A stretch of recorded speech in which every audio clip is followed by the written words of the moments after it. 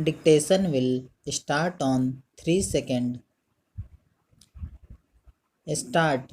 Pursuant to the aforesaid order, the respondent has filed an additional counter affidavit in which he has emphasized the desirability of remanding the matter back to the disciplinary authority for redetermination of the matter. He has emphasized that failure to supply the inquiry report to the delinquent deprives him of making a proper representation to the disciplinary authority before that authority arrives as its own findings with regard to the guilt or otherwise of an employee.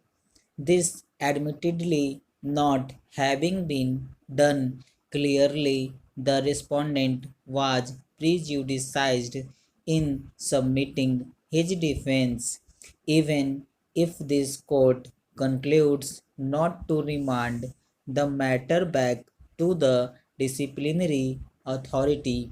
At least it has to be remanded back to the High Court.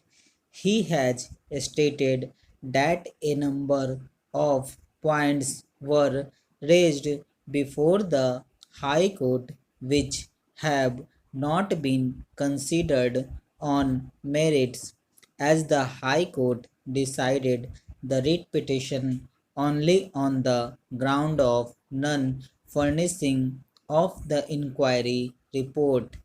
Since the inquiry officer and the disciplinary authority had concluded that some of the charges have been partially proved and others completely proved, it was necessary to supply the findings of the inquiry reports only on knowing the reason of the inquiry officer could the respondent give an effective explanation.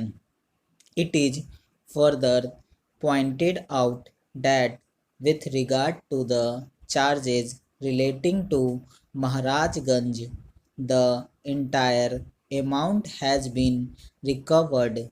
This fact is noticed by the disciplinary authority, but quite illegally it still proceeded to impose punishment on the ground of proved misconduct.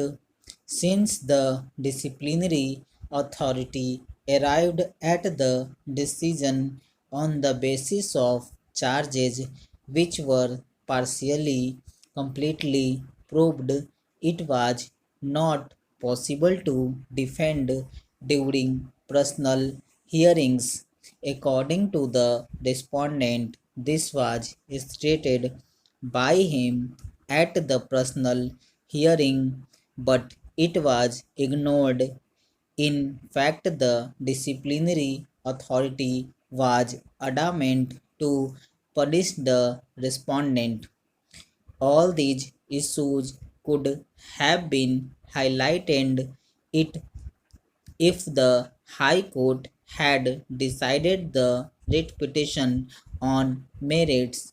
Therefore, matters needs to be remanded back to the High Court for a decision on merits on all the issues raised by the respondent.